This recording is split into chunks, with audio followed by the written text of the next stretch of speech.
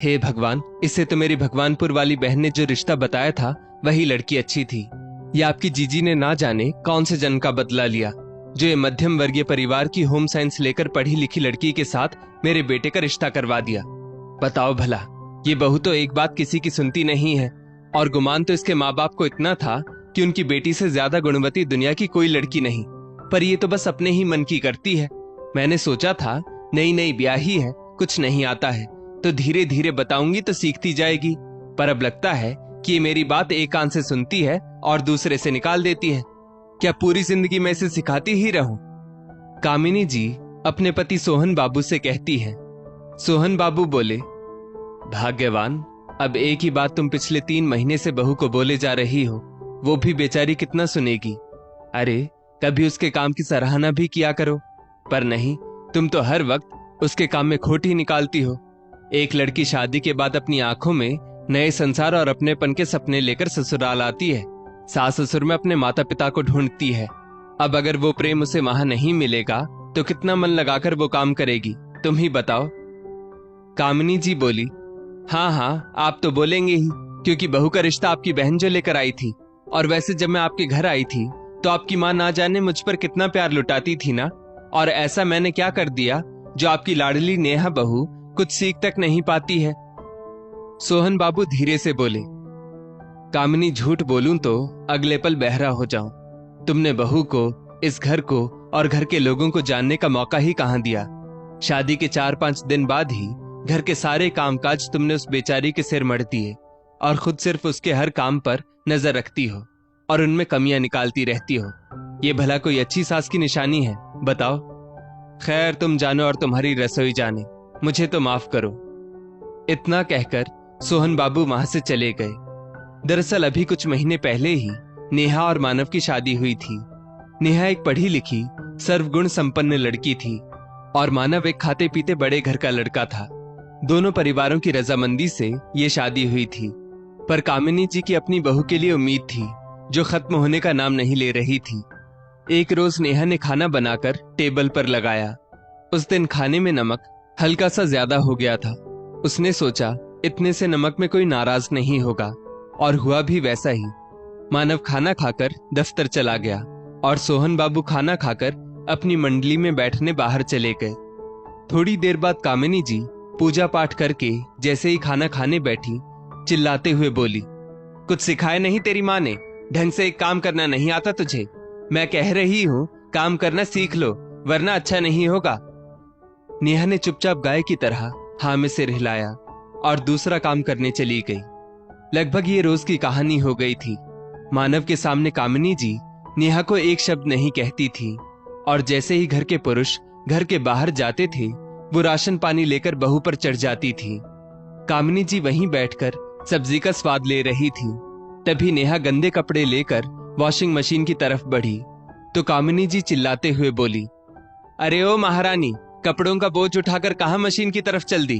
बाप के घर में साबुन घिसते घिसते समय बीतता होगा, और यहाँ है कि शरीर को थोड़ी सी मेहनत नहीं करने देती। तुम्हें पता नहीं कि मशीन चलाने से बिजली का बिल कितना ज्यादा आता है? बिजली का बिल क्या तुम्हारा बाप भरेगा? चुपचाप बैठकर हाथ से कपड़े धो लो, वरना। नेहा ने अपमान का घूंट पी लिया और कुछ ना बोली, क्योंकि उसकी माँ कहती थी कई बार चुप रहने में ही भलाई होती है, क्योंकि दीवार में सिर मारने से दीवार को नहीं बल्कि खुद को नुकसान पहुंचता है। यही सोचकर नेहा चुप हो गई और कपड़ों को बाथरूम में ले जाकर धोने लगी। पर काम कर करके नेहा की हालत खराब हो गई थी। समय बीता और रक्षाबंधन का समय आया। नेहा अपने मायके जाने की तैयारी कर रही थी तो कामिनी जी वहां आई और बहू का एक एक सामान उठाकर देखा और बोली, बिना मुझे दिखाए कोई सामान मत ले जाना, और हाँ, शादी में तेरे बाप ने मेरे बेटे को कुछ नहीं दिया, तो इस बार जाओ तो अपने बाप से 4 पहिया गाड़ी के लिए कह देना। मोटरसाइकिल से मेरा बेटा बैंक जाता है, कितनी धूप लगती है, वहां सांवला होता जा रहा है। अरे कम से कम एक 4 पहिए वाली गाड़ी ही दे दे। खुद तो आईने के सामने सजती रहती हो, कभी तुम्हारे पति का खाली गला दिखा? क्या एक सोने की चेन भी तुम्हारा बाप नहीं दे सकता?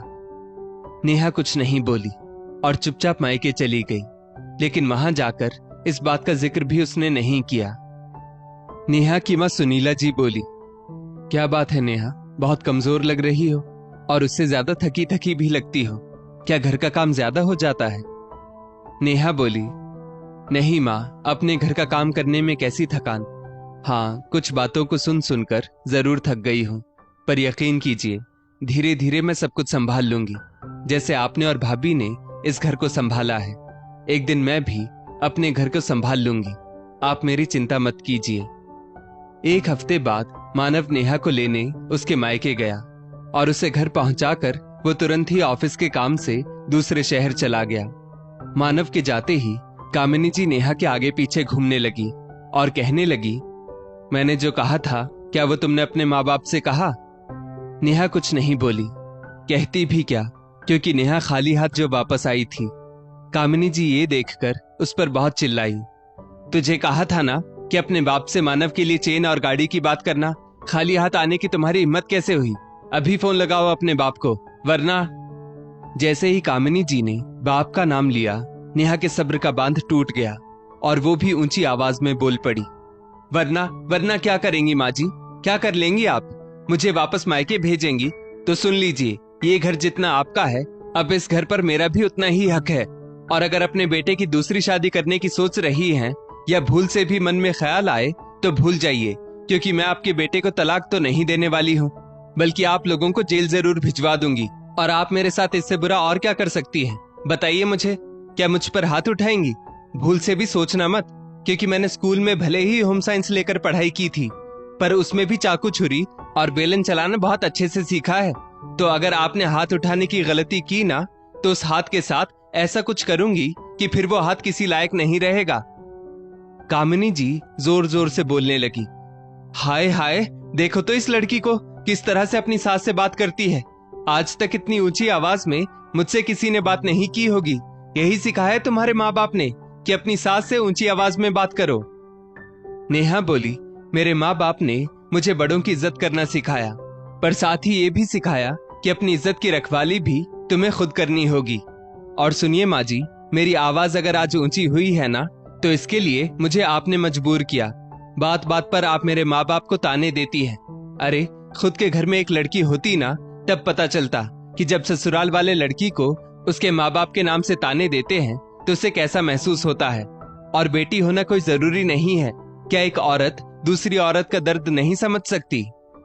कामिनी जी बोली, आने दो आज मानव को और उसके बाबूजी को, फिर बताती हूँ।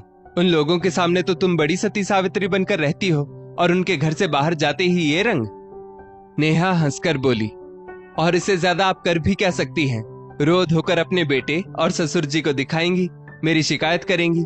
ये सब करके आप परिवार वालों को मेरे खिलाफ करना चाहती है ना, तो सुन लीजिए, मैं भी एक औरत हूँ। ये रोना धोना और नौटंकी दिखाना मुझे भी भली भांति आता है। और हाँ, आज के बाद मुझे ज्यादा परेशान करने की कोशिश की तो पुलिस में जाकर रिपोर्ट दर्ज करवा दूंगी। इसलिए भलाई इसी में है कि आराम से घर में रहिए, बहू के हाथों की सेवा का आनंद लीजिए और मुझे भी जीने दीजिए, वरना। चुप रहने वाली नेहा की बुलंद आवाज सुनकर कामिनी जी का गला सूख गया। उन्होंने सोचा भी नहीं होगा कि सीधी सादी बहू इतना कुछ भी बोल सकती है। पसीने से तरबतर कामिनी जी की सांस फूलने लगी। तभी सोहन बाबू बाहर से आए और बोले, क्या बात है कामिनी, तुम्हारे चेहरे पर 12 क्यों बजे हैं? तभी नेहा पानी का ग्लास उनके सामने करते हुए बोली, कुछ नहीं पापा जी, मम्मी जी टीवी सीरियल देख रही थी। 100 दिन सास के 1 दिन बहू का।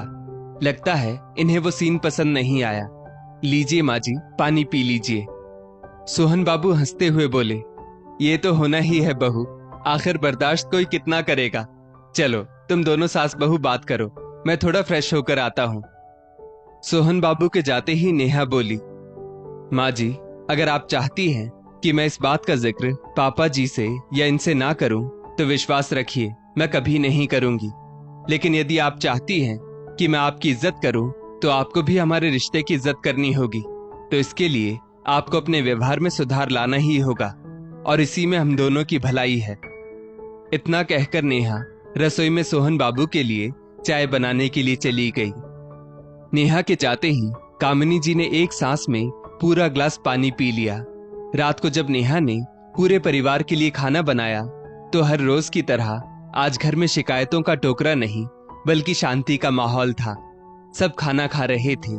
सोहन बाबू ने आश्चर्य से कामिनी जी की तरफ देखा और बोले, कामिनी, ठीक हो ना?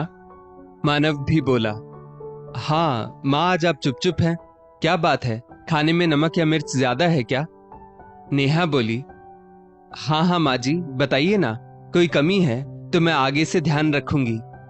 कामिनी जी चुपचाप खाना खा रही थी। आज वो खाने में कोई नुक्स नहीं निकाल रही थी। ये देखकर पूरा घर हैरान था। फिर कामिनी जी बोली, नहीं नहीं, सब ठीक है, धीरे धीरे आखिर बहू सब सीख ही गई, और आज नहीं तो कल सीखना ही था। मैं भी जब घर में आई थी तो छोटी मोटी गलती तो मुझसे भी होती ही थी। नेहा मुस्कुरा रही थी। सोहन बाबू बोले, हाँ भाई, रसोई संभालना कोई आसान काम थोड़ी है, और वैसे भी इस परीक्षा से तो हर औरत एक ना एक दिन गुजरती है और फिर एक संपूर्ण माँ बहू बनकर उभरती है। पर बेहतर है एक दूसरे को सहयोग देना चाहिए, ना कि उसकी गलती निकालनी चाहिए। क्यों कामिनी, सही कह रहा हूं ना? शिकायत तो दूर की बात है, कामिनी जी अब किसी बात पर अपनी राय भी नहीं रखती थी। सबके जाने के बाद नेहा ने हाथ जोड़कर कामिनी जी से कहा, मैं अपनी आवाज ऊंची करने के लिए आपसे माफी चाहती हूँ, पर आप भी तो सोचिए माँ जी, कोई भी लड़की माँ के पेट से बुरी नहीं होती। वो तो ससुराल के हालात और ऊंची आवाज करने के लिए उसे सामने वाले ही मजबूर करते हैं। तो आपसे इतनी ही विनती करूंगी कि आगे से अगर मुझसे कोई गलती हो तभी मुझे टोकिएगा। बिना बात के बार बार टोकने से अगला इंसान भी अपना संतुलन खो सकता है। चलती हूँ, शुभ रात्रि। कामिनी जी चुपचाप पानी पीकर अपने कमरे में जाकर सो गई। सोहन बाबू आश्चर्य में थे पर मुस्कुरा रहे थे। इतने सालों में पहली बार बिना शिकायत का पिटारा खोले वो सो रहे थे।